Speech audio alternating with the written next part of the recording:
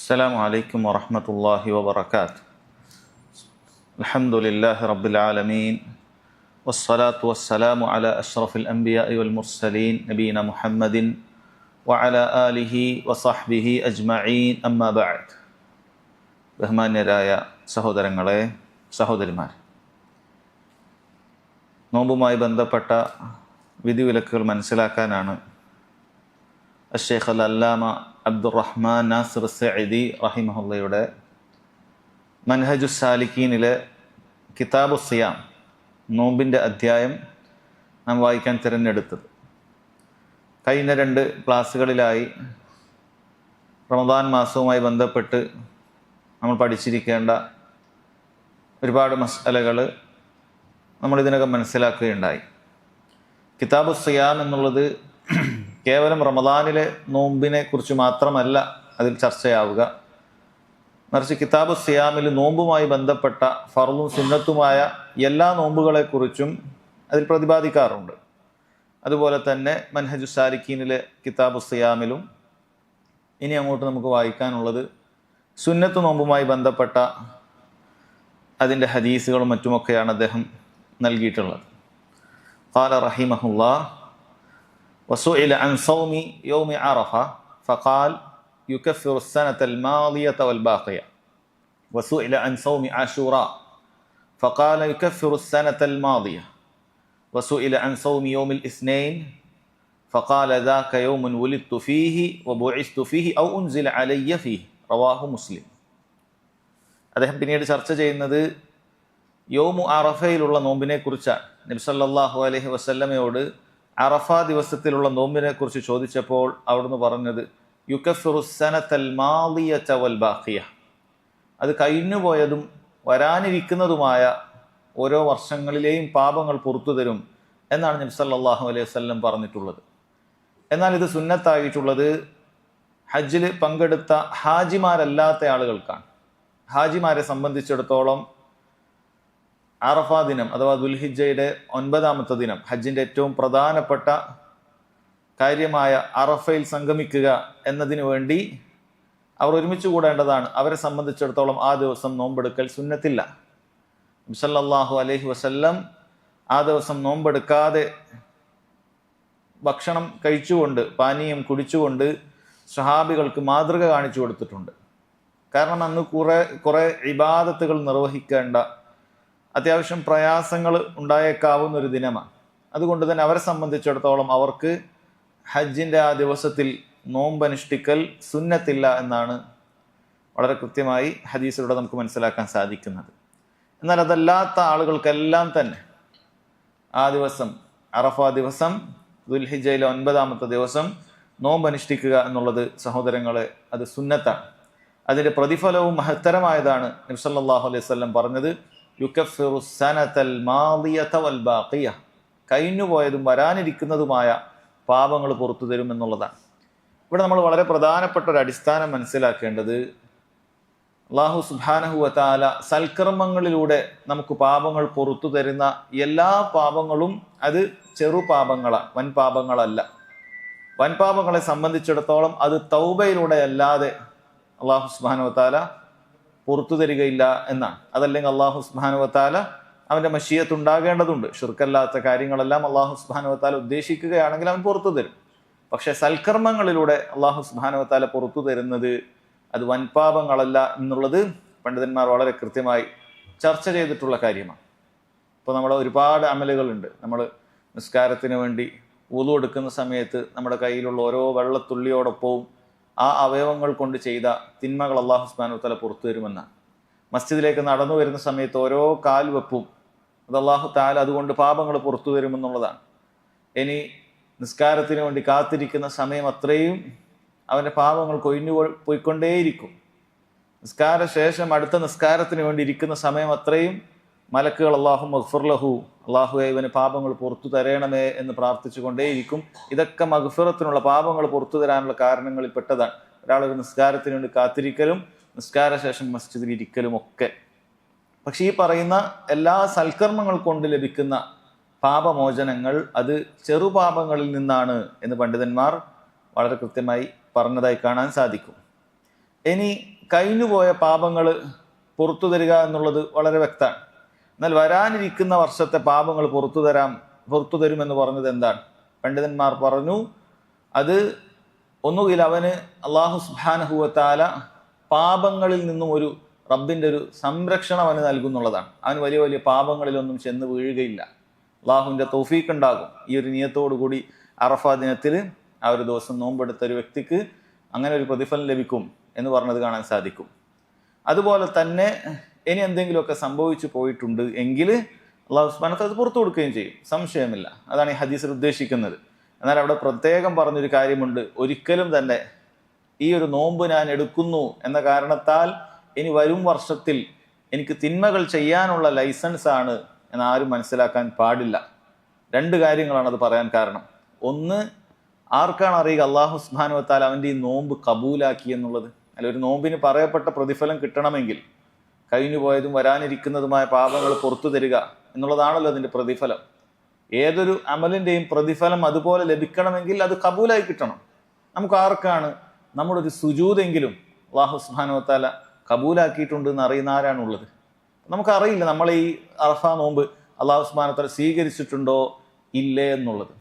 ഒരുപക്ഷെ ആളുകളെ കാണിക്കാൻ വേണ്ടി നമ്മളൊരു ലോകമാന്യം അതിൽ സംഭവിച്ചിട്ടുണ്ടോ, അല്ലെങ്കിൽ ആ നോമ്പ് എടുക്കുക വല്ല ഉജ്ബും, നമുക്ക് സ്വന്തത്തെക്കുറിച്ച് അത്ഭുതം കൂറുന്ന രൂപത്തിലുള്ള കാര്യങ്ങൾ വല്ലതും സംഭവിച്ചിട്ടുണ്ടോ, ഇത് നമുക്കറിയില്ല. ഇതൊക്കെ അമലിനെ ബാത്തിലാക്കി കളയുന്ന കാര്യത്തിൽ പെട്ടതാണ്. അതുകൊണ്ട് ആ നോമ്പ് പൂർണ്ണമായി അനുഷ്ഠിച്ചിട്ടുണ്ട്, അതിൻ്റെ പ്രതിഫലം ലഭിച്ചിട്ടുണ്ട്, അതിന് പറയപ്പെട്ട ആ പാപമോചനം എനിക്ക് നേടിയിട്ടുണ്ട് എന്ന് ആർക്കും ഉറപ്പിച്ചു പറയാൻ സാധിക്കുകയില്ല. പിന്നെ എങ്ങനെയാണ് അവൻ പാപം ചെയ്യാൻ ഒരുങ്ങുക?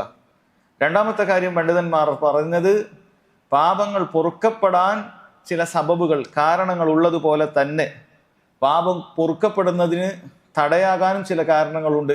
അതിൽപ്പെട്ടതാണ് ഒരാൾ തിന്മ ചെയ്യണമെന്ന് ദൃഢനിശ്ചയം എടുക്കുക, തിന്മ ചെയ്യാൻ വേണ്ടി ഒരാൾ ഒരുമ്പിടുക, അതിനുവേണ്ടി തയ്യാറായി നിൽക്കുക. അങ്ങനെ ഒരാൾ തീരുമാനിക്കുക, ഞാൻ ഇന്ന സൽക്കർമ്മങ്ങൾ ചെയ്യുന്നു, ഞാൻ തിന്മ ചെയ്യും എന്ന് പറഞ്ഞാൽ അവന് ആ പറയുന്ന സൽക്കർമ്മങ്ങൾ കൊണ്ട് പാപമോചനം ലഭിക്കുകയില്ല എന്നാണ്. മറിച്ച് അവൻ പാപം ചെയ്യണമെന്ന് ആഗ്രഹിക്കാനോ പാപം ചെയ്യണമെന്ന് തീരുമാനമെടുക്കാനോ പാടില്ല. അതല്ലാത്ത നിലക്ക് അവൻ ശ്രദ്ധിച്ചാലും ഒക്കെയും മറ്റും അവന് സംഭവിച്ചു പോകുന്ന ചെറുപാപങ്ങളാണ് യഥാർത്ഥത്തിൽ ഇത്തരം സൽക്കർമ്മങ്ങൾ കൊണ്ട് പൊറുക്കപ്പെടുന്നത്.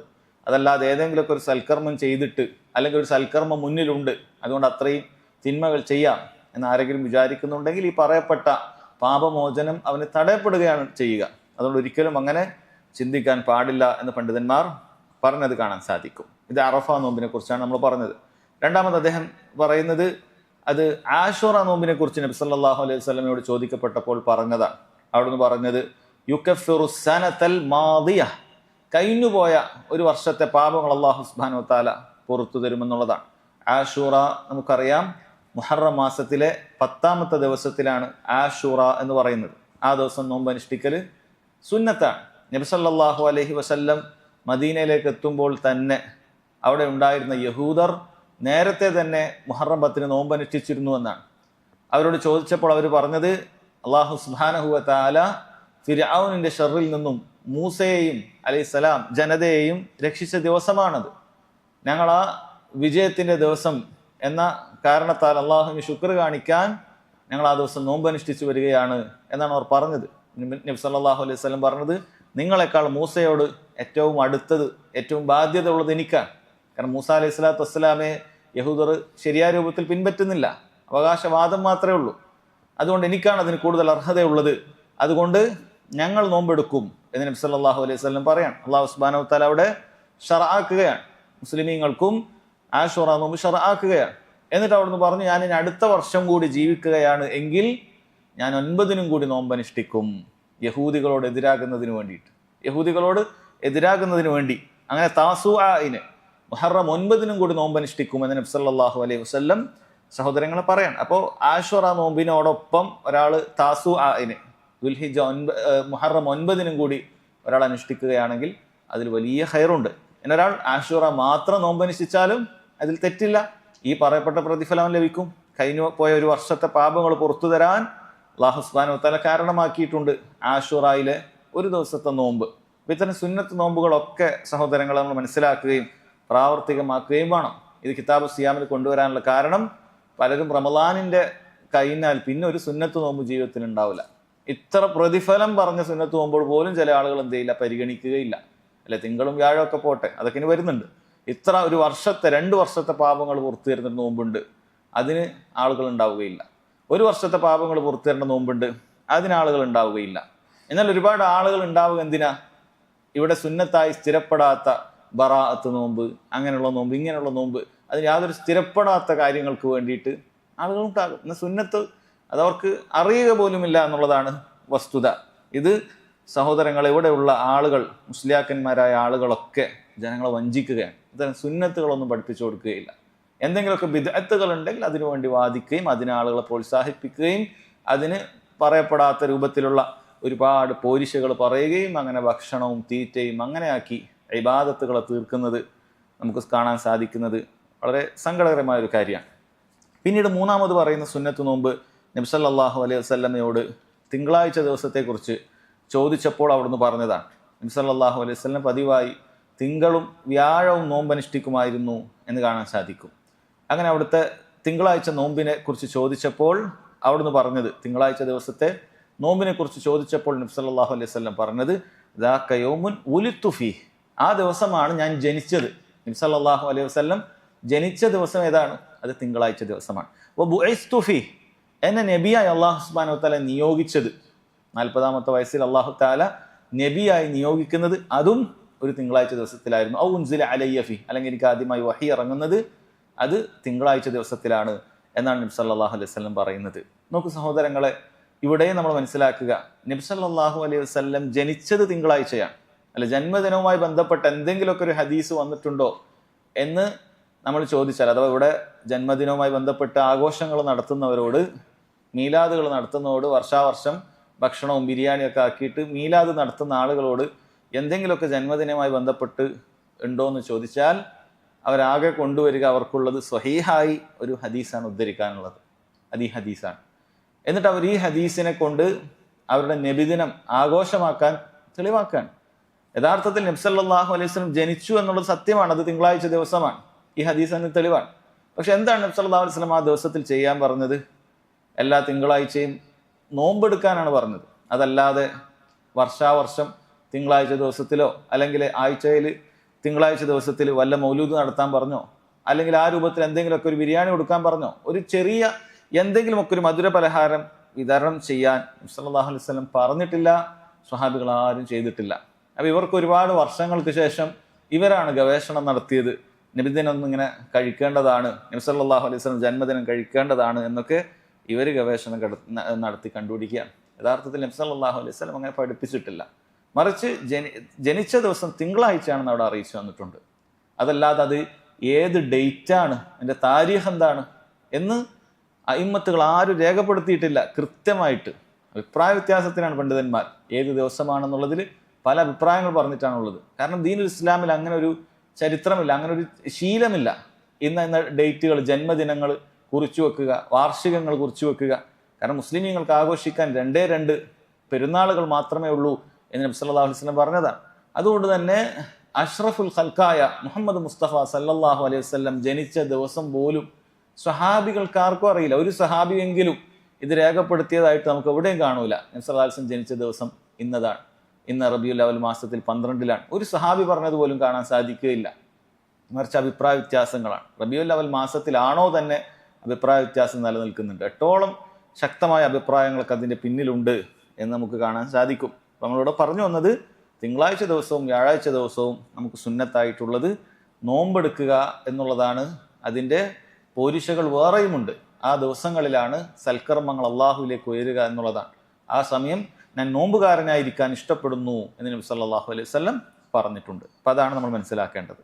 പിന്നീട് അദ്ദേഹം കൊടുക്കുന്നു, മൻ സാമ റമദാന സുമ്മ അത്ബഅഹു സിത്തൻ മിൻ ശവ്വാൽ കാന കസിയാമിദ് ദഹർ, റവാഹു മുസ്ലിം. മൻ സാമ റമദാൻ, നബി സല്ലല്ലാഹു അലൈഹി വസല്ലം ഹദീസാണ് അദ്ദേഹം കൊടുത്തത്. ആരെങ്കിലും റമദാനിലെ നോമ്പ് അനുഷ്ഠിച്ചു, സുമ്മ അത്ബഅഹു സിത്തൻ മിൻ ശവ്വാൽ, പിന്നീട് അതിനെ തുടർത്തി 6 നോമ്പുകൾ ശവ്വാലിൽ ഒരാൾ എടുത്തെങ്കിൽ കാന കസിയാമിദ് ദഹർ, വർഷം മുഴുവൻ അവൻ നോമ്പ് അനുഷ്ഠിച്ചവനെ പോലെയാണ് എന്നാണ്. റമദാനിൽ 29 അല്ലെങ്കിൽ 30 ഒരു ഷഹർ, ഒരു മാസം അവന് ലഭിക്കും. അതിനുശേഷം ഒരു 6 നോമ്പും കൂടി അവൻ എടുത്തു കഴിഞ്ഞാൽ വർഷം മുഴുവൻ അവൻ നോമ്പ് അനുഷ്ഠിച്ചതിന്റെ പ്രതിഫലം അള്ളാഹു സുബ്ഹാനഹു വ തആല അവൻ നൽകി. അവൻ ആകെ എത്ര എടുത്തിട്ടുള്ളൂ? 30 അല്ലെങ്കിൽ 36 അല്ലെങ്കിൽ 35 ദിവസം നോമ്പ് അവൻ എടുത്തു.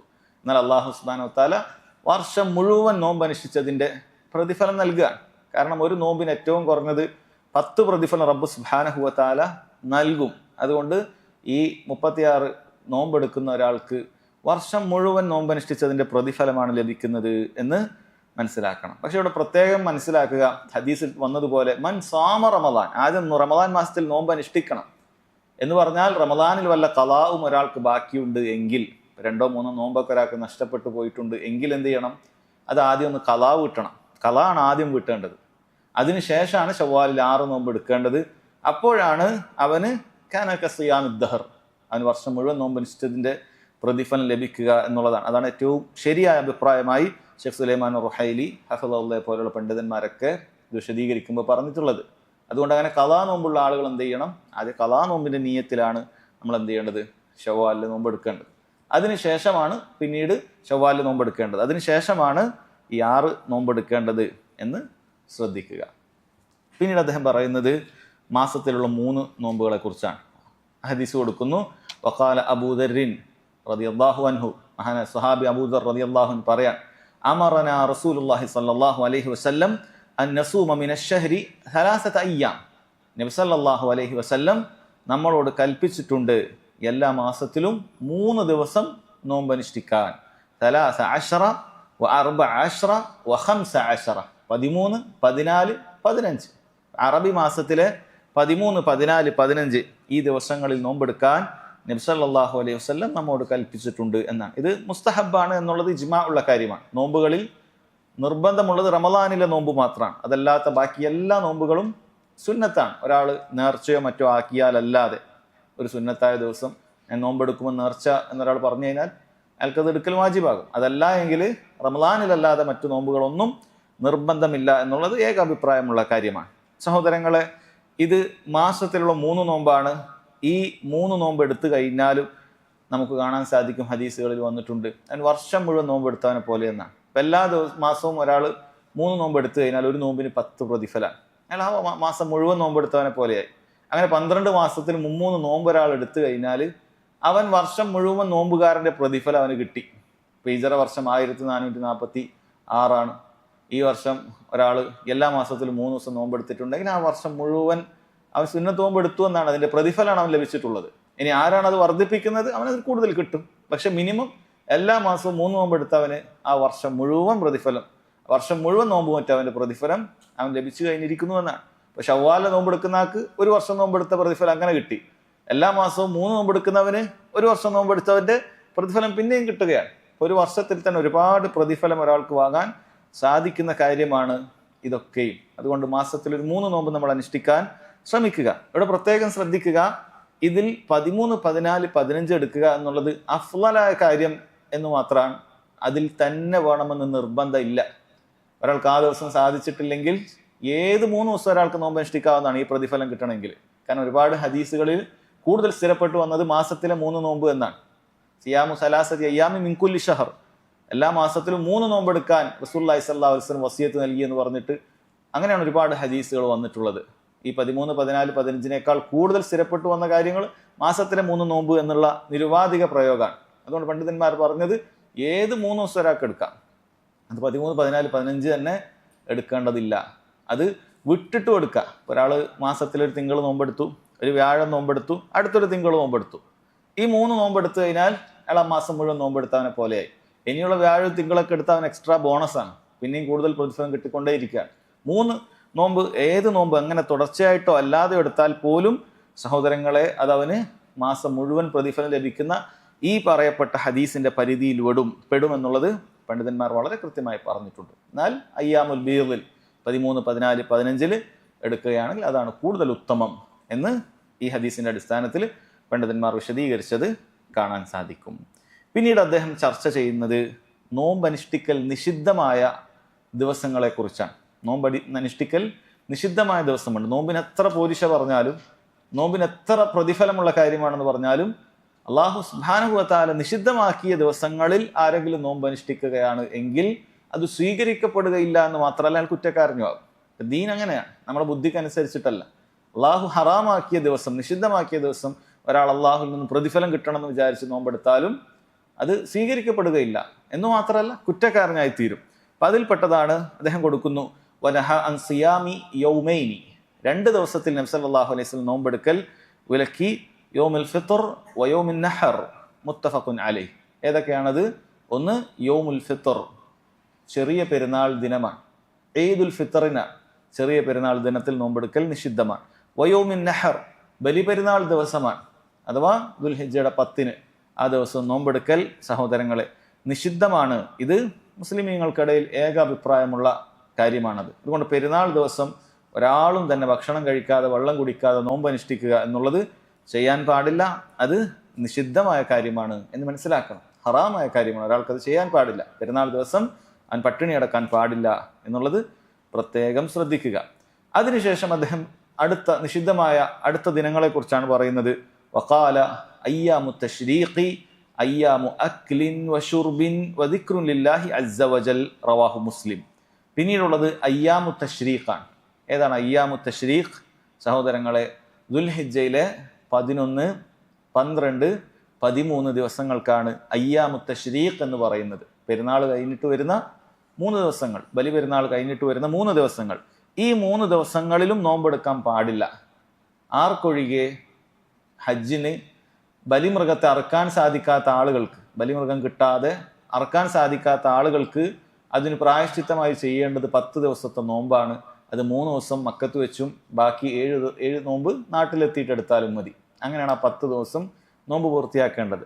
അപ്പം അങ്ങനെയുള്ള ഒരാൾക്ക് മക്കത്ത് നിന്ന് പെട്ടെന്ന് പുറപ്പെടുന്ന ആളുകളൊക്കെ ആണെങ്കിൽ അവരെ സംബന്ധിച്ചിടത്തോളം അവർക്ക് അയ്യാമു തശ്രീഖിൽ തന്നെ വേണമെങ്കിൽ നോമ്പ്, ആ 3 നോമ്പ് പൂർത്തിയാക്കാവുന്നതാണ്. ഇത് മാത്രമാണ് അളവുള്ളത്. അതല്ലാത്ത മുഴുവൻ ഹാജിമാർക്കും മുഴുവൻ മുസ്ലിമീങ്ങൾക്കും അയ്യാമു തശ്രീഖിലും നോമ്പെടുക്കുക എന്നുള്ളത് പാടില്ലാത്ത കാര്യമാണ് എന്ന് മനസ്സിലാക്കുക. അതുകൊണ്ട് എല്ലാ മാസത്തിലും 13, 14, 15 നോമ്പെടുക്കുന്ന ആളുകൾ ദുൽഹിജ്ജ മാസത്തിലെ 13-ൽ എടുക്കരുത്. മറിച്ച് അവൻ 14, 15, 16-ലേക്ക് എടുക്കുക, അതല്ലെങ്കിൽ മറ്റൊരു ദിവസത്തിലേക്ക് എടുക്കുക. കാരണം ദുൽഹിജ്ജ മാസത്തിലെ 13 അയ്യാമു തശ്രീഖിന്റെ അവസാനത്തെ ദിനമാണ്. ആ ദിവസം നോമ്പെടുക്കൽ നിഷിദ്ധവുമാണ്. മറിച്ച് ആ ദിവസത്തിൽ അയ്യാമു തശ്രീഖ് അയ്യാമു അക്ലിൻ വഷുർബ്, ഭക്ഷണം കഴിക്കേണ്ട, വെള്ളം കുടിക്കേണ്ട ദിവസമാണ്. വദിക്റുലില്ലാഹി അസ്സ വജൽ, ഇത് രണ്ടും അള്ളാഹുവിനെ ദിക്ർ ചെയ്യുന്നതിലും തടസ്സമാകുന്ന കാര്യമല്ല. വദിക്റുലില്ലാഹി അസ്സ വജൽ, ഭക്ഷണം കഴിക്കുക, പാനീയം കുടിക്കുക എന്നുള്ളത് സഹോദരങ്ങളെ, അതിൻ്റെ പേര് നമ്മൾ അള്ളാഹിനെ ശുക്ർ ചെയ്താൽ, അൽഹംദുലില്ലാ എന്ന് നമ്മൾ പറഞ്ഞാൽ, അവൻ അള്ളാഹു തആലക്ക് ഭക്ഷണം കഴിച്ചിട്ടും അള്ളാഹുവിന് നന്ദി കാണിക്കാൻ പറ്റും. ഒരാൾക്ക് നോമ്പെടുത്തിട്ടും നന്ദി കാണിക്കാം, ഭക്ഷണം കഴിച്ചിട്ടും നന്ദി കാണിക്കുക. ഭക്ഷണം കഴിച്ചിട്ട് നന്ദി കാണിക്കുന്നവർ ആ ഭക്ഷണം കഴിച്ചതിൻ്റെ പേരിൽ അള്ളാഹിനെ ശുക്ർ ചെയ്താൽ മതി. അൽഹംദുലില്ലാ, അൽഹംദുലില്ലാ. അള്ളാഹു സുബ്ഹാനഹു വ തആല ഏറ്റവും കുറഞ്ഞതൊരു ഭക്ഷണം കഴിക്കുമ്പോൾ വെള്ളം കുടിക്കുക, നമ്മൾ അൽഹംദുലില്ലാ എന്ന് പറഞ്ഞ അള്ളാഹു നൽകിയ ആ ശുക്രിന് നമുക്ക് എന്തെങ്കിലുമൊക്കെ റബ്ബ് സുബ്ഹാനഹു വ തആലയോട് നന്ദി കാണിക്കാൻ സാധിക്കുന്ന കാര്യമാണ്. അത് നമ്മൾ പറയുക, അത് വലിയ ശ്രേഷ്ഠതയുള്ള കാര്യമാണ് എന്ന് സഹോദരങ്ങളെ പറയാം. അപ്പം ഈ 3 ദിവസങ്ങൾ കൂടി നോമ്പെടുക്കാൻ പാടില്ല. അയ്യാമു തശ്രീഖ് 11, 12, 13 ദുൽഹിജ്ജയിലെ ഈ 3 ദിവസങ്ങളും നോമ്പെടുക്കാൻ പാടില്ലാത്ത കാര്യമാണ്. പിന്നീട് നോക്കൂ, അദ്ദേഹം പറയുന്നത് വഖാല ലാ യസൂമന്ന അഹദുക്കും യൗമൽ ജുമുഅ ഇല്ലാ അൻ യസൂമ യൗമൻ ഖബ്ല ഔ യൗമൻ ബഅദ മുത്തഫഖുൻ അലൈഹി. നബി സല്ലല്ലാഹു അലൈഹി വസല്ലം ഹദീസാണ് കൊടുക്കുന്നത്. ലാ യസൂമന്ന അഹദുക്കും യൗമൽ ജുമുഅ, നിങ്ങളിൽ ഒരാളും ജുമുഅ ദിവസം നോമ്പെടുക്കാൻ പാടില്ല. വെള്ളിയാഴ്ച നിങ്ങളിൽ ഒരാളും നോമ്പെടുക്കാൻ പാടില്ല. നിരുപാധികമായിട്ടാണോ? അല്ല. നബി സല്ലല്ലാഹു അലൈഹി വസല്ലം പറയുന്നു ഇല്ലാ അൻ യസൂമ യൗമൻ ഖബ്ല ഔ യൗമൻ ബഅദ, തൊട്ടു മുമ്പിൽ ഒരു ദിവസം ഒരാൾ എടുത്തിട്ടുണ്ട് എങ്കിൽ അവനെടുക്കാം. ഇപ്പം വ്യാഴാഴ്ച എടുത്ത ഒരാൾക്ക് വെള്ളിയാഴ്ച എടുക്കാം, കുഴപ്പമില്ല. അതുപോലെ വ്യാഴാഴ്ച എടുത്തിട്ടില്ല, വെള്ളിയാഴ്ച മാത്രം എടുത്ത ഒരാൾ ഔ യൗമൻ ബഅദ, ശനിയാഴ്ച കൂടി എടുത്താൽ മതി. അവനെ സംബന്ധിച്ചിടത്തോളം ശനിയാഴ്ച കൂടി എടുത്താൽ മതിയാക്കുന്നതാണ്. അങ്ങനെ വെള്ളിയാഴ്ച മാത്രം നീയത്താക്കി നോമ്പെടുക്കുക എന്നുള്ളത് നബി സല്ലല്ലാഹു അലൈഹി വസല്ലം വിലക്കിയിരിക്കുന്നു എന്നാണ്. സഹോദരങ്ങൾ, എവിടെയും നമ്മൾ ചിന്തിച്ചു നോക്കുക. ഇങ്ങനെയുള്ള യുക്തിയെ അടിസ്ഥാനമാക്കി നേർക്ക് നേരെയുള്ള തെളിവുകളില്ലാതെ അങ്ങനെയും ഇങ്ങനെയൊക്കെയുള്ള തെളിവുകളൊക്കെ ഒരുമിപ്പിച്ച് പല ബിദ്അത്തുകൾക്കും തെളിവ് പിടിക്കുന്ന ആളുകൾ യഥാർത്ഥത്തിൽ അവരുടെ ആ യുക്തി കൊണ്ട് ചിന്തിക്കുകയാണെങ്കിൽ വെള്ളിയാഴ്ച ദിവസം എന്ന് പറയുന്നത് സൂര്യൻ ഉദിക്കുന്ന ദിവസങ്ങളിൽ ഏറ്റവും ശ്രേഷ്ഠതയുള്ള ദിവസമാണ്. ആഴ്ചയിൽ ഏറ്റവും ശ്രേഷ്ഠതയുള്ള ദിവസം ഏതാണ്? വെള്ളിയാഴ്ച ദിവസമാണ്. പക്ഷേ നബി സല്ലല്ലാഹു അലൈഹി വസല്ലം ആ ദിവസം നോമ്പെടുക്കേണ്ട എന്നാണ് പറയുന്നത്. അല്ല, ഒരാൾ അത് അങ്ങനെയാണ് ഇവർ ഓരോ തെളിവും കൊണ്ടുവരിക. ഏറ്റവും ശ്രേഷ്ഠമുള്ള ദിവസമല്ലേ വെള്ളിയാഴ്ചയാണ്, അപ്പോൾ പിന്നെ നോമ്പെടുത്താൽ എന്താ, നോമ്പ് നല്ലൊരു ഇബാദത്തല്ലേ, ഏറ്റവും ശ്രേഷ്ഠതയുള്ള ദിവസത്തിൽ നമ്മൾ നല്ല ഇബാദത്തൊക്കെ ചെയ്യണം. അങ്ങനെ ആലോചിച്ചിട്ടാണ് ഒരു തെളിവ് കൊണ്ടുപിടിക്കുക. ഇവരങ്ങനെയാണ് ഓരോ തെളിവുകളുടെയും സ്ഥിതി അതായിരിക്കും. ഇങ്ങനെ ലോജിക്കും യുക്തിയും ഒക്കെയാണ്. ദീനുൽ ഇസ്ലാമിൽ നബി സല്ലല്ലാഹു അലൈഹി വസല്ലം പറഞ്ഞത് എന്താണോ അതേപോലെ ചെയ്യുക എന്നുള്ളതാണ്. അവിടുന്ന് നമ്മോട് പറയുന്നത് വെള്ളിയാഴ്ച മാത്രമായി അങ്ങനെ നോമ്പെടുക്കാൻ പാടില്ല. എടുക്കുന്നുണ്ടെങ്കിൽ വ്യാഴാഴ്ച എടുത്തിട്ട് വെള്ളിയാഴ്ച എടുക്കണം, അല്ലെങ്കിൽ വെള്ളിയാഴ്ചയോടൊപ്പം ശനി കൂടി ഉൾപ്പെടുത്തണം എന്നാണ് നബി സല്ലല്ലാഹു അലൈഹി വസല്ലം പറഞ്ഞിട്ടുള്ളത്. ഇതിനുശേഷം ഇത് വിശദീകരിക്കുന്നിടത്ത് സഹോദരങ്ങളെ ഷെയ്ഖ് സുലൈമാൻ റുഹൈലി ഹഫിളഹുല്ലാ അദ്ദേഹം പറയുന്നുണ്ട്, വഹാദ അഹദുൽ അദില്ലത്തിൽ കസീറ അല അന്ന സിയാമ സബ്തി ലിസബബിൻ ഫിന്നാഫിലതി ലൈസ മൻഹിയുൻ അൻ. ഇത് ഒരുപാട് തെളിവുകളിൽപ്പെട്ട ഒരു തെളിവാണ്. എന്തിനുള്ളത്? ശനിയാഴ്ച നോമ്പ്, സുന്നത്തായിട്ടുള്ള ശനിയാഴ്ച നോമ്പ് എന്തെങ്കിലുമൊക്കെ ഒരു കാരണത്തിന് വേണ്ടിയിട്ടാണ് എങ്കിൽ അത് വിലക്കപ്പെട്ടതല്ല എന്നാണ്. കാരണം ശനിയാഴ്ച നോമ്പ് എടുക്കാൻ പാടില്ല എന്നറിയിക്കുന്ന ചില ഉദ്ധരണികൾ വന്നിട്ടുണ്ട്. അത് സ്ഥിരപ്പെട്ടാൽ തന്നെയും അതിൻ്റെ സനത് സ്ഥിരപ്പെട്ടോ ഇല്ലേ എന്നുള്ളത് പോലും പണ്ഡിതന്മാർക്കിടയിൽ അഭിപ്രായ വ്യത്യാസമുള്ള കാര്യമാണ്. അതിന് സ്ഥിരപ്പെട്ടാൽ തന്നെയും പണ്ഡിതന്മാർ പറഞ്ഞിട്ടുള്ളത്, ഭൂരിഭാഗം പണ്ഡിതന്മാരും പറഞ്ഞിട്ടുള്ളത്, അത് ശനിയാഴ്ചയെ മാത്രം ഒരാൾ ഉദ്ദേശിച്ചെടുക്കുമ്പോഴാണ് അത് നിഷിദ്ധമായി തീരുന്നത്. ഈ ഹദീസിൽ എന്താണ്? വെള്ളിയാഴ്ചയോടൊപ്പം ശനിയാഴ്ച കൂടി എടുത്താൽ കുഴപ്പമില്ല എന്നാണ്. അപ്പോൾ ആ ദിവസത്തിൽ ശനിയാഴ്ച സുന്നത്ത് നോമ്പ് എടുക്കാൻ പറ്റുന്നുണ്ട്. വെള്ളിയാഴ്ച ഒരാൾ എടുത്താൽ അതോടൊപ്പം ശനിയാഴ്ചയും കൂടി ഇയാൾക്ക് എടുക്കാൻ സാധിക്കുന്നുണ്ട്. അതുകൊണ്ട് അത് തിരക്കേടില്ല. അതേപോലെ അറഫാ ദിനം ദുൽഹിജ്ജ 9 അത് ശനിയാഴ്ച വരികയാണ്, ഞായറാഴ്ചയാണ് ബലിപെരുന്നാളെങ്കിൽ അയാൾക്ക് ആ അറഫാ ദിനം ശനിയാഴ്ച എടുക്കാവുന്നതാണ്. അത് തെറ്റില്ല, അങ്ങനെ തെറ്റില്ല. ഇനി മാസത്തിലെ 13, 14, 15 അത് ശനിയാഴ്ച വന്നേക്കാം. ആ ദിവസങ്ങളിൽ ഒരാൾക്ക് ശനിയാഴ്ച എടുക്കുന്നത് കൊണ്ട് തെറ്റില്ല. മറിച്ച് ശനിയാഴ്ച നോമ്പ് വിലക്കിക്കൊണ്ടുവരുന്ന ഹദീസ് സഹോദരങ്ങളെ അത് സ്ഥിരപ്പെട്ടാൽ തന്നെയും അതുകൊണ്ട് ഉദ്ദേശിക്കുന്നത് എന്തുമാത്രമാണ്? ആ ശനിയാഴ്ചയെ മാത്രം പ്രത്യേകമാക്കി ഒരാൾ നോമ്പ് അനുഷ്ഠിക്കുക എന്നതാണ്.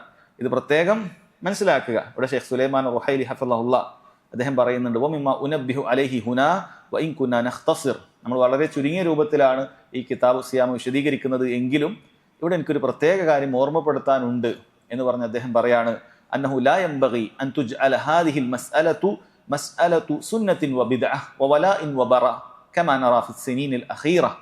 ഈ വിഷയം, ശനിയാഴ്ച നോമ്പിന്റെ വിഷയം ഒരിക്കലും തന്നെ നമ്മളൊരു തർക്ക വിതർക്ക മസ്അലയാക്കി മാറ്റാൻ പറ്റൂല. സുന്നത്തിന്റെയും ബിദ്അത്തിന്റെയും അല്ല പരസ്പരം ദേഷ്യവും വക്കാണമൊക്കെ ഉണ്ടാക്കേണ്ട, വലാവും ബറാവും ഒക്കെ നിശ്ചയിക്കേണ്ട ഒരുപാട് കാലങ്ങളിൽ ഇപ്പൊ കണ്ടുവരുന്നത് പോലെ അങ്ങനെ നിശ്ചയിക്കാൻ പാടില്ല. വയഹ്സുലു കഅന്നൽ മൗദൂഅ ഇഖാമത്തു സുന്നത്തിൻ വഇഹ്യാഉ ബിദ്അഹ്. ഇതൊക്കെ ചില ആളുകൾ അത് സുന്നത്തിനെ നിലനിർത്തേണ്ടതും ബിദ്അത്തിനെ നിലനിർത്തുക പോലെയുള്ള വിഷയങ്ങളൊക്കെ ആക്കി അതിനെ വളച്ചൊടിക്കുന്നുണ്ട്. ഹാദിഹി മസ്അലത്തുൻ ഇൽമിയ്യ, ഇതൊരു ഇൽമിയായ മസ്അലയാണ്. ഇഖ്തലഫ ഫീഹ അൽ ഉലമാഉ മിൻ ഖദീം. പഴയ കാലം മുതൽ തന്നെ പണ്ഡിതന്മാർക്കിടയിൽ ഈ വിഷയത്തിൽ അഭിപ്രായ വ്യത്യാസമുണ്ട്. ശനിയാഴ്ച സുന്നത്ത് നോമ്പെടുക്കാൻ പറ്റുമോ ഇല്ലേ എന്നുള്ളത്. വൽ ഹദീസു അന്നഹി യൗമിസ് സബ്ത് മഹല്ലു ഖിലാഫിൻ ഫീ സനദിഹി വ മത്നിഹി. ശനിയാഴ്ച ദിവസത്തിൽ നോമ്പെടുക്കാൻ പറ്റുമോ ഇല്ലേ എന്നുള്ളതിലെ സനദിലും മത്നിലും തന്നെ അഭിപ്രായ വ്യത്യാസമുണ്ട്. വൽ ഖിലാഫു ഫീഹി ഖവിയ്യുൻ ജിദ്ദൻ വഹിയ മസ്അലത്തുൻ ഇൽമിയ്യ. അതുകൊണ്ട് അഭിപ്രായ വ്യത്യാസം വളരെ ശക്തമായതാണ്. ഇത് ഒരു ഇൽമിയായ മസ്അലയാണ്. അതുകൊണ്ട് തന്നെ ആരെങ്കിലും ഒക്കെ ശനിയാഴ്ച നോമ്പെടുക്കാൻ പാടില്ല എന്ന് മനസ്സിലാക്കുകയാണ് എങ്കിൽ പോലും അതൊരു ഇൽമിയായ മസ്അലയായി, ഒരു വൈജ്ഞാനികമായ ചർച്ചയായി മനസ്സിലാക്കുകയും ഇതിന്റെ പേരിൽ പരസ്പരം ആക്ഷേപിക്കുകയോ പരസ്പരം ബിദ്അത്ത് ചെയ്തെന്ന് ആരോപിക്കുകയോ പരസ്പരം സലഫിയത്ത് നിന്ന് പുറത്താക്കുകയോ പോലുള്ള കാര്യങ്ങളൊന്നും ഒരാളും ചെയ്യാൻ പാടില്ല എന്നാണ് ഞാനിത് പ്രത്യേകം സൂചിപ്പിക്കാനുള്ള കാരണം. നമ്മുടെ നാട്ടിലും ഇങ്ങനെ ചില ആളുകളുണ്ട്. ശനിയാഴ്ച ദിവസത്തിലൊക്കെ വല്ല അറഫാ നോമ്പും വന്നു കഴിഞ്ഞാൽ അവരുടനെ തന്നെ പ്രത്യക്ഷപ്പെടും. സോഷ്യൽ മീഡിയയിലൊക്കെ ഭയങ്കര ആക്റ്റീവായിരിക്കും. മുഴുവൻ മുസ്ലിമീങ്ങളെയും അറഫാ നോമ്പ് ഇല്ലാതാക്കുന്നതിന് വേണ്ടിയിട്ട് അവരങ്ങേയറ്റം പ്രയത്നിക്കും.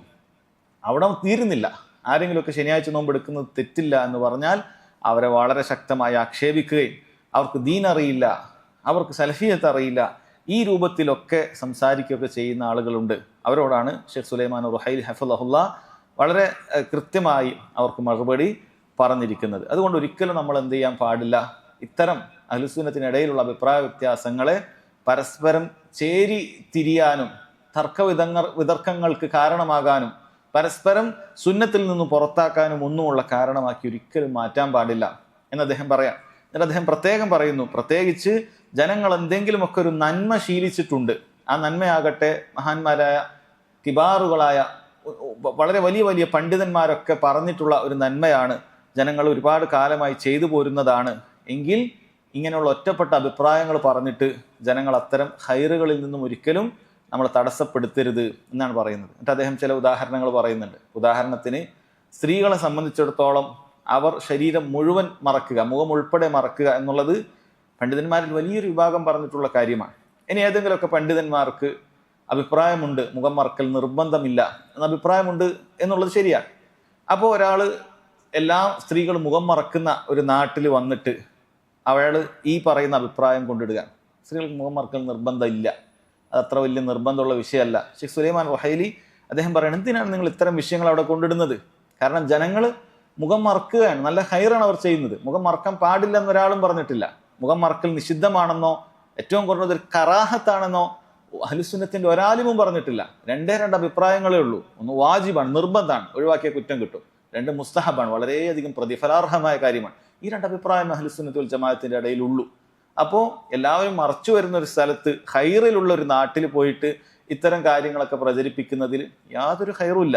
കാരണം ജനങ്ങളൊക്കെ ഒരുപാട് ഫിത്തിനകളെ അഭിമുഖീകരിക്കുന്ന ഒരു കാലഘട്ടത്തിലാണ് കടന്നുപോയിക്കൊണ്ടിരിക്കുന്നത്. അപ്പം അവിടെ കൊണ്ടുപോയിട്ട് അങ്ങനെ മുഖം മറക്കൽ നിർബന്ധമൊന്നുമില്ല എന്ന് പറയുന്ന മസ്അല അവിടെ അവതരിപ്പിച്ചിട്ട് അതിൻ്റെ തെളിവുകളൊക്കെ നിരത്തുന്നതിൽ സുലൈമാൻ റുഹൈലി ഹഫിളഹുല്ലാ അദ്ദേഹം പറയാണ്, ഇത്തരക്കാർ ഒരുപക്ഷെ അവരുദ്ദേശിക്കുന്നത് അവർക്ക് മറ്റുള്ളവരെക്കാളും കൂടുതൽ അറിവുണ്ടെന്നോ അല്ലെങ്കിൽ മറ്റുള്ളവരെക്കാളും കൂടുതൽ തെളിവുകളൊക്കെ മനസ്സിലാക്കാൻ തങ്ങൾക്ക് കഴിവുണ്ടെന്നോ ഒക്കെ ഉദ്ദേശിക്കാനായിരിക്കാം. എന്ത് തന്നെയായാലും അത് ചെയ്യാൻ പാടില്ല എന്നാണ്. കാരണം ഹൈറാണ്, അല്ല അതെന്തെങ്കിലും ഒരു തെറ്റാണ്, അതിലൊരു വലിയ ഫിത്തനയുണ്ട്, കുഴപ്പമുണ്ട് എങ്കിൽ നമുക്ക് ഒരു പേരിലെങ്കിലും പറയാം. ഇത് ജനങ്ങൾ ഹൈറിൽ പോകുന്ന ഒരു സ്ഥലത്ത് പോയിട്ട് അത് ആവശ്യമില്ല, അങ്ങനെ ചെയ്യേണ്ടതില്ല, ഇത് ഇത്തരം കാര്യങ്ങൾ നമ്മൾ പറയാതിരിക്കുക എന്നുള്ളത് ഒരു ദീൻ മനസ്സിലാക്കിയ ഒരാളുടെ ഫിഖ്ഹിൽ അവഗാഹത്തിൽ പെട്ടതാണ് എന്നാണ് അദ്ദേഹം പറയുന്നത്.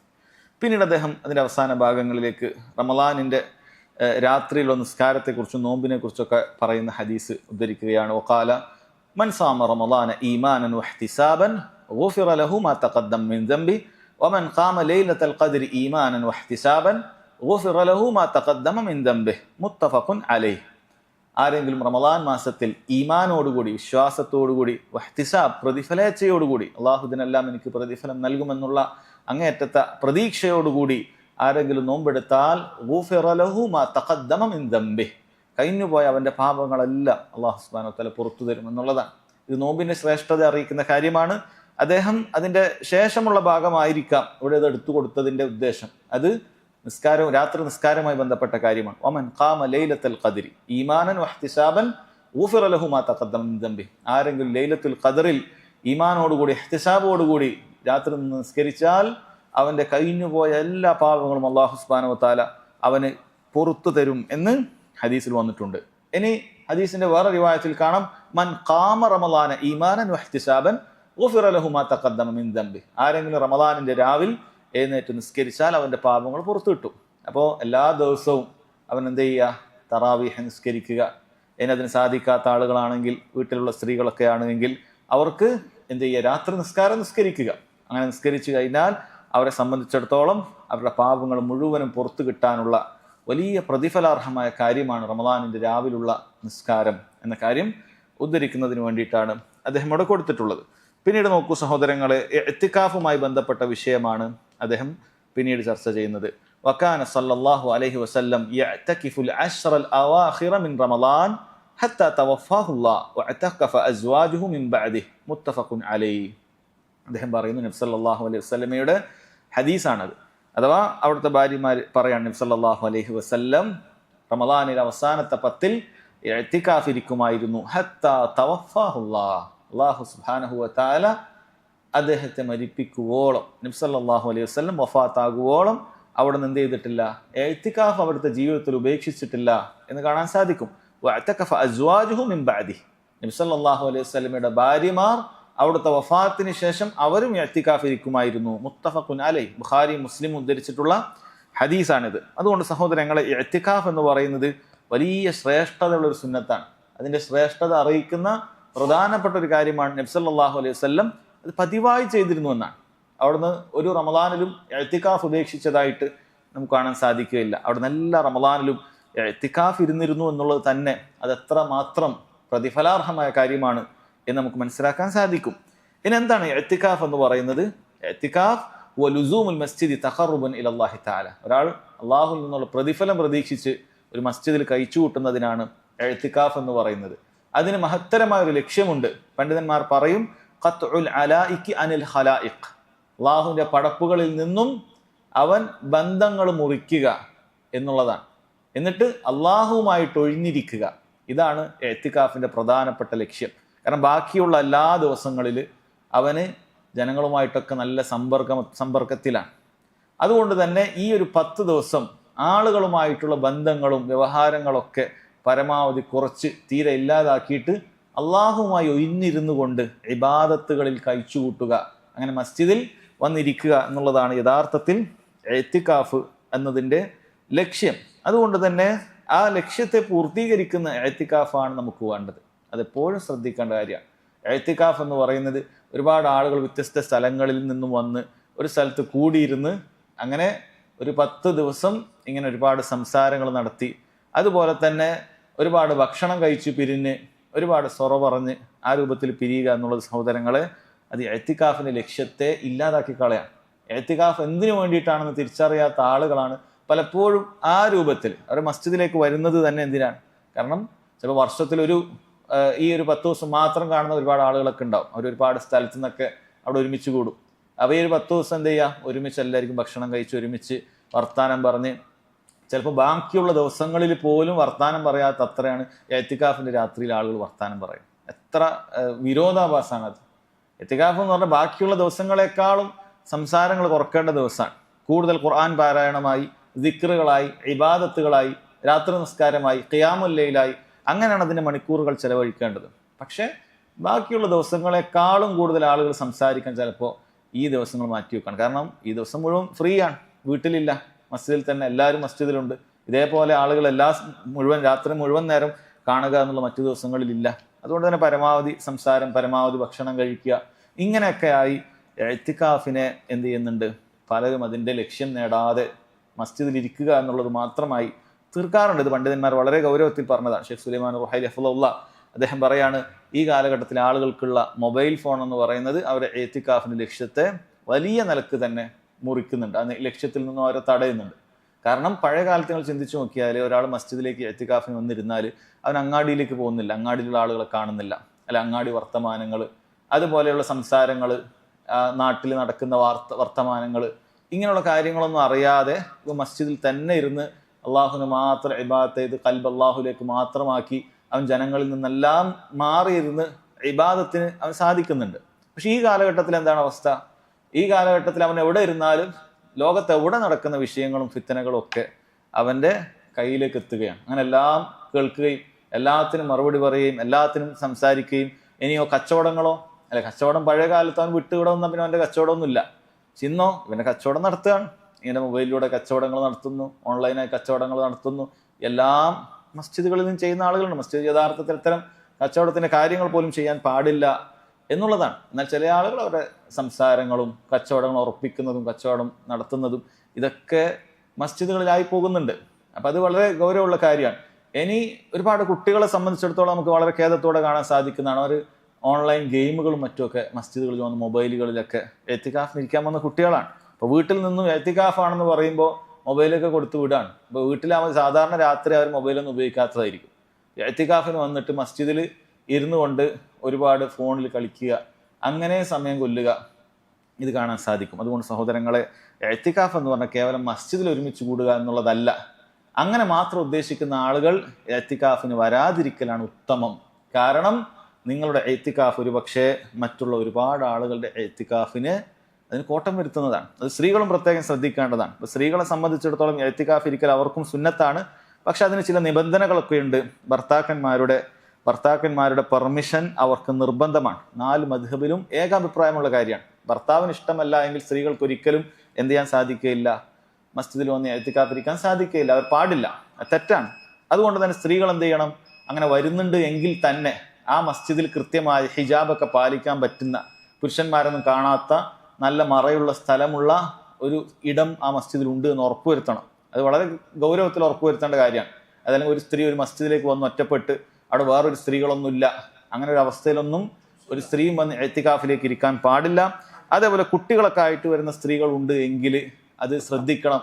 നിങ്ങളുടെ കുട്ടികൾ കാരണം മറ്റുള്ള ഇബാദത്ത് എടുക്കുന്ന സ്ത്രീകൾക്ക് പ്രയാസം ഉണ്ടാക്കുന്നുണ്ട്, മറ്റുള്ള സ്ഥലങ്ങളിലൊക്കെ ബുദ്ധിമുട്ടുണ്ടാക്കുന്നുണ്ട് എങ്കിൽ നിങ്ങൾ അത്തരം കുട്ടികളുമായി എത്തിക്കാഫിന് വരാത്തതാണ് നല്ലത്. കാരണം അത് മറ്റുള്ളവരുടെ ഇബാദത്തിനെ കൂടി അവരുടെ ഖുശൂവിനെ കൂടി ഇല്ലാതാക്കുകയാണ് എങ്കിൽ അത് ഗൗരവമുള്ള കാര്യമാണ്. അതുപോലെ സഹോദരങ്ങളെ, എത്തിക്കാഫ് അത് ശരിയാകുക അത് മസ്ജിദിൽ മാത്രമാണ്. മസ്ജിദിലല്ലാതെ എത്തിക്കാഫ് ഇല്ല. ഒരാൾക്ക് വീട്ടിൽ നിസ്കരിക്കാനുള്ള ഒരു പ്രെയർ റൂം ഉണ്ട് എന്ന് വിചാരിക്കുക. അപ്പം അത്തരം റൂമുകൾ ഉണ്ടെങ്കിൽ പോലും അങ്ങനെ വഖഫ് ചെയ്യാത്തതായ ഒരു മുറിയിലും ഒരു പ്രെയർ ഹാളിലും എത്തിക്കാഫ് ശരിയാവുകയില്ല.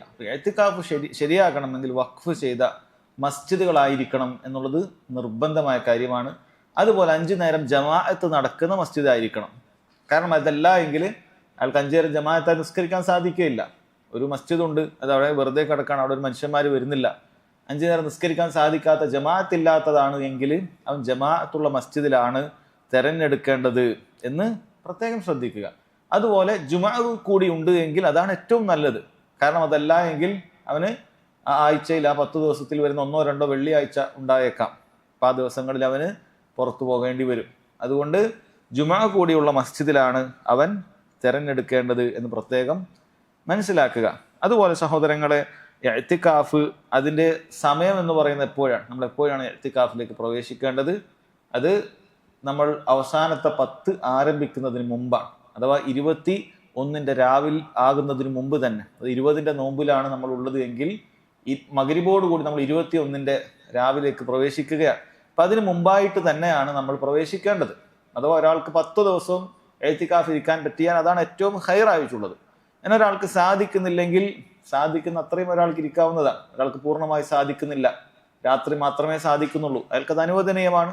അത്രയും സമയം ഇഅ്തികാഫായിട്ട് പരിഗണിക്കും എന്നുള്ളതാണ് ഏറ്റവും ശരിയായിട്ടുള്ള അഭിപ്രായം. എന്നാൽ ചില പണ്ഡിതന്മാർ ഒരു ദിവസം എടുക്കണം, ഒരു ദിവസം ഒരു രാവും പകലും ഇരുന്നാലാണ് ഇഅ്തികാഫ് ഏറ്റവും കുറഞ്ഞതാകുകയുള്ളൂ എന്നും അഭിപ്രായം പറഞ്ഞിട്ടുണ്ട്. ഷെയ്ഖ് സുലൈമാൻ റുഹൈലി ഹഫ്ളഹുല്ലാഹ് അദ്ദേഹമൊക്കെ ആ അഭിപ്രായമാണ് ശരിയായി സ്വീകരിച്ചിട്ടുള്ളത്. അതുകൊണ്ട് സാധിക്കുന്നവർ ഒരു ദിവസം എങ്കിലും പൂർത്തിയാക്കുക, അതാണ് ഏറ്റവും നല്ലത്. ഇനി അതിന് സാധിക്കാത്ത ആളുകൾ രാത്രി മാത്രമേ സാധിക്കുന്നുള്ളൂ എങ്കിൽ ഇബാദത്തുകൾ കൊണ്ട് മാറിയിരിക്കാൻ, അങ്ങനെ മസ്ജിദിൽ വന്നിരിക്കുക എന്നുള്ളത്, ആ ലൈലത്തുൽ ഖദ്ർ പ്രതീക്ഷിച്ചിരിക്കുക എന്നുള്ളത് അത് വലിയ ഖൈറുള്ള കാര്യം തന്നെയാണ്, വലിയ ഖൈറുള്ള കാര്യം തന്നെയാണ്. അതുകൊണ്ട് ആ കാര്യം ശ്രദ്ധിക്കുക. ഇനി എപ്പോഴാണ് ഇഅ്തികാഫ്? സഹോദരങ്ങളെ ശ്രദ്ധിക്കുക, ഇഅ്തികാഫിൽ എപ്പോഴും നമ്മൾ ശുദ്ധിയിലായിരിക്കണം. വലിയ അശുദ്ധിയിൽ നിന്നും നമ്മൾ മുക്തമായിരിക്കണം. വലിയ അശുദ്ധിയുള്ള ആളുകൾ ഇഅ്തികാഫ് ഇരിക്കാൻ പാടില്ല. അഥവാ ഒരാൾക്കൊരു ജനാബത്ത് സംഭവിച്ചു, അതായത് സ്വപ്നസ്ഖലനം പോലെ വല്ലതും സംഭവിച്ചാൽ ഉടനെ പുറത്തുപോയി കുളിച്ച് എന്ത് ചെയ്യണം? മസ്ജിദിലേക്ക് തിരിച്ചു കയറണം. ഇനി സ്ത്രീകളെ സംബന്ധിച്ചിടത്തോളം അവർക്ക് ഹൈൽ ഉണ്ടായിട്ടുണ്ട് എങ്കിൽ, ആർത്തവം പെട്ടെന്ന് ഉണ്ടായിട്ടുണ്ടെങ്കിൽ അവരുടെ ഇഅ്തികാഫ് അവിടെ മുറിഞ്ഞു, പിന്നീട് അവർ ഇരിക്കാൻ പാടില്ല. അവർ മസ്ജിദിൽ നിന്ന് പുറത്തു പോകേണ്ടതാണ്. അവർ ഇഅ്തികാഫ് അതോടുകൂടി മുറിഞ്ഞിരിക്കുന്നു. അത് പ്രത്യേകം ശ്രദ്ധിക്കുക. ഇങ്ങനെയുള്ള കാര്യങ്ങളൊക്കെ സഹോദരങ്ങളെ നമ്മൾ എന്ത് ചെയ്യുക? ഇഅ്തികാഫുമായി ബന്ധപ്പെട്ട് ശ്രദ്ധിക്കുക. അനാവശ്യമായി മസ്ജിദിൽ നിന്നും പുറത്തു പോകുക എന്നുള്ളത് അത് ഇഅ്തികാഫിനെ മുറിച്ചു കളയുന്നതാണ്. അതായത് ആവശ്യമൊന്നുമില്ല, ഭക്ഷണം ഇവിടെ തന്നെ ഉണ്ട്, വെള്ളം ഇവിടെ തന്നെ ഉണ്ട്, കുളിക്കാനുള്ള സൗകര്യം ഇവിടെ തന്നെ ഉണ്ട്, ടോയ്ലറ്റ് സൗകര്യങ്ങൾ മസ്ജിദിൽ തന്നെ ഉണ്ട്. ഇതൊക്കെ ആവശ്യമുള്ള കാര്യമാണ്. ഇതൊക്കെ ഒരാൾക്കൊരു മസ്ജിദിൽ ഇല്ല എങ്കിൽ അയാൾക്ക് അതിനു വേണ്ടി പുറത്തു പോകാവുന്നതാണ്. അയാളുടെ ഇഅ്തികാഫ് മുറിയുകയില്ല. ഒരു മസ്ജിദിൽ ടോയ്ലറ്റ് സംവിധാനമല്ല, അയാളുടെ വീട്ടിൽ പോയി ഉടനെ ടോയ്ലറ്റിൽ പോയി തിരിച്ച് മസ്ജിദിലേക്ക് വരിക എന്നുള്ളത് അയാളുടെ ഇഅ്തികാഫിനെ മുറിക്കുകയില്ല. എന്നാൽ ഇതെല്ലാം സംവിധാനം ഉണ്ടായിട്ടും ഒരാൾ അനാവശ്യമായി വീട്ടിലേക്കോ അല്ലെങ്കിൽ അങ്ങാടിയിലേക്കോ കടയിലേക്കോ പോകുന്നുണ്ട് എങ്കിൽ ഇഅ്തികാഫ് മുറിഞ്ഞു. അയാളുടെ ഇഅ്തികാഫ് അത് സാധുവാവുകയില്ല എന്നുള്ള കാര്യം സഹോദരങ്ങളെ അത് പ്രത്യേകം മനസ്സിലാക്കുക. ഇനി ഇഅ്തികാഫ് ഏറ്റവും പുണ്യമുള്ളത് സഹോദരങ്ങളെ അതെവിടെയാണ്? ഏറ്റവും പുണ്യമുള്ളത് അത് മസ്ജിദുൽ ഹറമിൽ തന്നെയാണ്. ഒരു നിസ്കാരത്തിന് 1,00,000 പ്രതിഫലം ലഭിക്കുന്ന മസ്ജിദുൽ ഹറമിലാണ് ഏറ്റവും പുണ്യമുള്ളത്. അതിനുശേഷം പുണ്യമുള്ളത് മസ്ജിദുൻ നബവിയിലാണ്, നബി സല്ലല്ലാഹു അലൈഹി വസല്ലമയുടെ മസ്ജിദാണ്. അതിനുശേഷം പുണ്യമുള്ളത് അൽ മസ്ജിദുൽ അഖ്സയിലാണ്, ഫലസ്തീനിലെ നമ്മുടെ മസ്ജിദായ മസ്ജിദുൽ അഖ്സ. അല്ലാഹു സുബ്ഹാനഹു വ തആല മുസ്ലിമീങ്ങളുടെ കയ്യിലേക്ക് എത്രയും പെട്ടെന്ന് അത് തിരിച്ചു തരുമാറാകട്ടെ. സഹോദരങ്ങളെ, ഈ 3 മസ്ജിദിലാണ് ഏറ്റവും ശ്രേഷ്ഠതയുള്ള ഇഅ്തികാഫ് ഉള്ളത്. ഇവിടെ മാത്രമേ ഇഅ്തികാഫ് ഇരിക്കാവൂ എന്നില്ല. ഏറ്റവും ശ്രേഷ്ഠതയും ഏറ്റവും പൂർണ്ണതയുമുള്ള ഇഅ്തികാഫ് ഈ 3 മസ്ജിദ് മാത്രമാണ് എന്ന് കാണാൻ സാധിക്കും. അതുമായി ബന്ധപ്പെട്ട ഹദീസാണ് അദ്ദേഹം കിതാബ് സിയാമിൽ അവസാനം നൽകുന്നത്. അദ്ദേഹം പറയുന്നു, വഖാല, നബി സല്ലല്ലാഹു അലൈഹി വസല്ലം പറഞ്ഞു, ലാ തുശദ്ദു റിഹാലു ഇല്ലാ ഇലാ 3 മസാജിദ്. 3 മസ്ജിദിലേക്കല്ലാതെ നിങ്ങൾ പുണ്യം പ്രതീക്ഷിച്ച് യാത്ര ചെയ്യാൻ പാടില്ല. 3 മസ്ജിദിലെ പുണ്യം പ്രതീക്ഷിച്ച് യാത്ര ചെയ്യാൻ പാടുള്ളൂ. അൽ മസ്ജിദുൽ ഹറാം, ഒന്നാമത്തേത് മസ്ജിദുൽ ഹറം, മക്കയിലുള്ള മസ്ജിദുൽ ഹറം. 2 വമസ്ജിദി ഹാദ, എൻ്റെ ഈ മസ്ജിദ്. നബി സല്ലല്ലാഹു അലൈഹി വസല്ലം മദീന പള്ളിയിൽ വെച്ചാണ് ഈ ഹദീസ് പറയുന്നത്. 3 വൽ മസ്ജിദുൽ അഖ്സ, മസ്ജിദുൽ അഖ്സയിൽ എന്ന് നബി സല്ലല്ലാഹു അലൈഹി വസല്ലം പറയാണ്. അതുകൊണ്ട് സഹോദരങ്ങളെ, ഈ ഹദീസ് ഇദ്ദേഹം ഇവിടെ കൊടുക്കുവാനുള്ള കാരണമായി പണ്ഡിതന്മാർ ശാരിഹ്യങ്ങൾ വിശദീകരിക്കുന്നവർ പറയുന്നത്, കാരണം ഇഅ്തികാഫ് ഏറ്റവും പുണ്യം ഇവിടെയാണ്. ഇതല്ലാത്ത മറ്റൊരു മസ്ജിദിലും ആ മസ്ജിദിനൊരു പുണ്യമുണ്ട് എന്ന് പ്രതീക്ഷിച്ച് ഒരാളും പോകാൻ പാടില്ല. ഒരു മസ്ജിദിൽ പോയാൽ പ്രത്യേകം പ്രതിഫലം കിട്ടുമെന്നുള്ള നീയത്തിൽ ഒരു മസ്ജിദിലേക്കും ഇഅ്തികാഫിനോ നിസ്കാരത്തിനോ ജമാഅത്തിനോ പോകാൻ പാടില്ല. എന്നാൽ ഒരു മസ്ജിദിലേക്ക് പോയാൽ അവിടെ നല്ല ഖിറാഅത്തുണ്ട്, അതല്ലെങ്കിൽ നല്ല പ്രഭാഷണങ്ങൾ അവിടെ കേൾക്കാൻ പറ്റും, നല്ല നസീഹത്തുകൾ അവിടെ കേൾക്കാൻ പറ്റും, നല്ലൊരു പണ്ഡിതൻ അവിടെ ഉണ്ട്, അയാളുടെ ഇൽമിയായ ദുറൂസിൽ അഥവാ വൈജ്ഞാനിക ക്ലാസ്സുകളിലേക്ക് പങ്കെടുക്കാം. ഇത്തരം നിയത്തുകൾ കൊണ്ട് ഒരാൾക്കൊരു മസ്ജിദിനെ ലക്ഷ്യം വെക്കാവുന്നതാണ്. അല്ലെങ്കിൽ സുന്നത്തായി അവന് കാര്യങ്ങളൊക്കെ ചെയ്യാൻ പറ്റുന്ന ഒരു മസ്ജിദാണ്. അതിനപ്പുറത്തേക്ക് ആ മസ്ജിദിൽ നിസ്കരിക്കുന്നതിന് മറ്റൊരു മസ്ജിദിൽ നിസ്കരിക്കുന്നതിനേക്കാൾ കൂടുതൽ പ്രതിഫലമുണ്ട് എന്നുള്ളത് ഒരാൾ വിശ്വസിക്കാൻ പാടില്ല. അങ്ങനെ ഉദ്ദേശിച്ചിട്ട് ഒരു മസ്ജിദിനെയും നമ്മൾ നിയത്താക്കി പോകാൻ പാടില്ല എന്നുള്ളത് പ്രത്യേകം മനസ്സിലാക്കണം. അതോടൊപ്പം സഹോദരങ്ങളെ, സാന്ദർഭികമായി പറയേണ്ട ഒരു കാര്യമാണ്, വളരെ ഗൗരവമുള്ളൊരു കാര്യമായതുകൊണ്ടാണ് ഈ 3 മസ്ജിദിലേക്കല്ലാതെ പുണ്യം പ്രതീക്ഷിച്ച് പോകാൻ പാടില്ല എന്ന് റസൂലുള്ളാഹി സ്വല്ലല്ലാഹു അലൈഹി വസല്ലം പറഞ്ഞിരിക്കുന്നു. എന്നാൽ എത്ര ആളുകളാണ് നമ്മുടെ നാട്ടിൽ ഇതല്ലാത്ത മസ്ജിദുകളെ ലക്ഷ്യം വെച്ചുകൊണ്ട് പുണ്യം പ്രതീക്ഷിച്ച് തന്നെ പോകുന്നത്, അല്ലെ? പുത്തമ്പള്ളിയിലേക്കും അതുപോലെ തന്നെ അജ്മീറിലേക്കും നാഗൂറിലേക്കും ഏർവാടിയിലേക്കും ഒക്കെ പുണ്യം പ്രതീക്ഷിച്ചിട്ടാണ് ആളുകൾ പോകുന്നത്.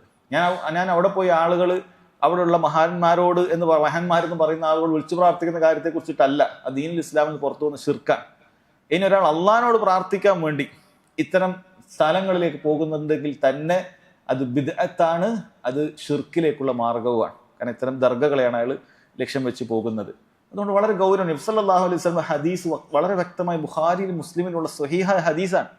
നിങ്ങൾ ഇങ്ങനെയുള്ള പുണ്യം പ്രതീക്ഷിച്ച് ഒരു മസ്ജിദിലേക്കും പോകാൻ പാടില്ല, ഉള്ളാളത്തേക്കും പോകാൻ പാടില്ല, 3 പറ്റുമ മക്കാമിലേക്കും പോകാൻ പാടില്ല. അങ്ങനെ ഒരു സ്ഥലവും സഹോദരങ്ങളെ ഈ 3 മസ്ജിദ് അല്ലാതെ മറ്റൊരു 4മതൊരു മസ്ജിദ് ഇല്ല, അതിലേക്ക് മാത്രമായി പുണ്യം പ്രതീക്ഷിച്ച് പോകാനായിട്ട്.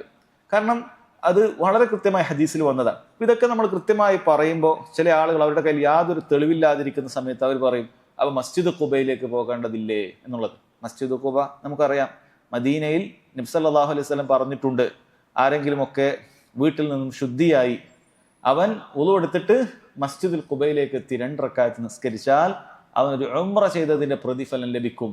ഇത് സ്വഹീഹായ ഹദീസാണ്. പക്ഷെ എന്താണ് ഈ ഹദീസിനെ കുറിച്ച് പണ്ഡിതന്മാർ വിശദീകരിച്ചിട്ടുള്ളത്? ഇത് മദീനയിൽ എത്തിയ ഒരാൾക്കുള്ള സുന്നത്താണ്. അതല്ലാതെ മദീനക്കുള്ള പുറത്തുള്ള ഒരാൾ മസ്ജിദ് ഖുബയെ ലക്ഷ്യം വെച്ച് ഒരിക്കലും വരാൻ പാടില്ല എന്നാണ്. മസ്ജിദ് നബവിയെ ലക്ഷ്യം വെച്ച് മദീനയിലേക്ക് ഒരാൾ എത്തിക്കഴിഞ്ഞാൽ പിന്നെ അവിടെ വെച്ച് അവന് ചെയ്യാവുന്ന സുന്നത്തുകളിൽപ്പെട്ട ഒരു കാര്യമാണത്. ഇപ്പോൾ ഇവിടുന്ന് ഒരാൾ മസ്ജിദുൽ ഖുബയിലേക്ക് ലക്ഷ്യം വെച്ച് ടിക്കറ്റ് എടുത്ത് നേരെ മദീനയിൽ ഇറങ്ങി മസ്ജിദ് ഖുബയിലേക്ക് പോവുകയാണെങ്കിൽ തെറ്റാണ്, പാടില്ല. അത് ഈ ഹദീസിന്റെ പരിധിയിൽ തന്നെ പെടുന്നതാണ്. എന്നാൽ ഒരാൾ മദീനയിലേക്ക് എത്തി അയാൾ പിന്നീട് മദീനയിൽ ചെയ്യുന്ന ഒരു സുന്നത്തായിട്ട് ഈ പ്രതിഫലം ലഭിക്കുന്നതിന് വേണ്ടി മസ്ജിദുൽ ഖുബയിലേക്ക് പോകുകയാണ് എങ്കിൽ അത് ശരിയാണ്. അതാണ് ഈ ഹദീസ് കൊണ്ട് ഉദ്ദേശിക്കുന്നത്. അതല്ലാതെ ഇത്തരം സ്ഥിരപ്പെട്ട കാര്യങ്ങൾ പറഞ്ഞിട്ട് യാതൊരു നിലക്കും സ്ഥിരപ്പെടാത്ത ഇത്തരം ദർഗകളിലേക്കും ഇത്തരം ഹറാമുകൾ നടക്കുന്ന സ്ഥലങ്ങളിലേക്ക്, ഷിർക്കുകൾ നടക്കുന്ന സ്ഥലങ്ങളിലേക്ക് ജനങ്ങളെ കൊണ്ടുപോകുന്ന ആളുകൾ യഥാർത്ഥത്തിൽ സഹോദരങ്ങളെ ബിദ്അത്തിലേക്കും ഷിർക്കിലേക്കുമാണ് ആളുകളെ കൊണ്ടുപോകുന്നത്. വലിയ സങ്കടമുള്ള കാര്യമാണ്. അതുകൊണ്ട് സഹോദരങ്ങൾ, ഈ കാര്യം നമ്മൾ മനസ്സിലാക്കുക. അല്ലാഹു സുബ്ഹാനഹു വ തആല കാര്യങ്ങൾ മനസ്സിലാക്കാൻ നമുക്ക് തൗഫീഖ് ചെയ്യുമാറാകട്ടെ. ഇതോടുകൂടി കിതാബു സിയാം മൻഹജു സാലിക്കീനിൽ അവസാനിച്ചിരിക്കുകയാണ്. നോമ്പുമായി ബന്ധപ്പെട്ട പ്രധാനപ്പെട്ട മസ്അലകൾ അദ്ദേഹം ഇതിൽ ഉൾപ്പെടുത്തിയിട്ടുണ്ട്. എന്നാലും ഇതല്ലാത്ത ഒരുപാട് കാര്യങ്ങൾ ഒരുപക്ഷെ ഓരോരുത്തർക്കും അറിയാനും മനസ്സിലാക്കാനൊക്കെ ഉണ്ടാകും. അത് അറിവുള്ള ആളുകളോട് ചോദിച്ച് മനസ്സിലാക്കണമെന്നുള്ളത് ഓർമ്മപ്പെടുത്തുകയാണ്. അല്ലാഹു സുബ്ഹാനഹു വ തആല അവൻ്റെ ദീനിൽ നമുക്ക് ഉപകരിക്കുന്ന അറിവുകൾ നൽകി അനുഗ്രഹിക്കുമാറാകട്ടെ. അല്ലാഹുമ്മ അല്ലിംനാ മാ യൻഫഉനാ വൻഫഅനാ ബിമാ അല്ലംതനാ വസിദ്നാ ഇൽമാ. റബ്ബനാ തഖബ്ബൽ മിന്നാ ഇന്നക അൻതസ് സമീഉൽ അലീം വതുബ് അലൈനാ ഇന്നക അൻതത് തവ്വാബുർ റഹീം. റബ്ബനാ ആതിനാ ഫിദ് ദുനിയാ ഹസന വഫിൽ ആഖിറതി ഹസന വഖിനാ അദാബന്നാർ. വല്ലാഹു തആല അഅലം വസല്ലല്ലാഹു അലാ നബിയിനാ മുഹമ്മദ് വഅലാ ആലിഹി വസഹ്ബിഹി വസല്ലം.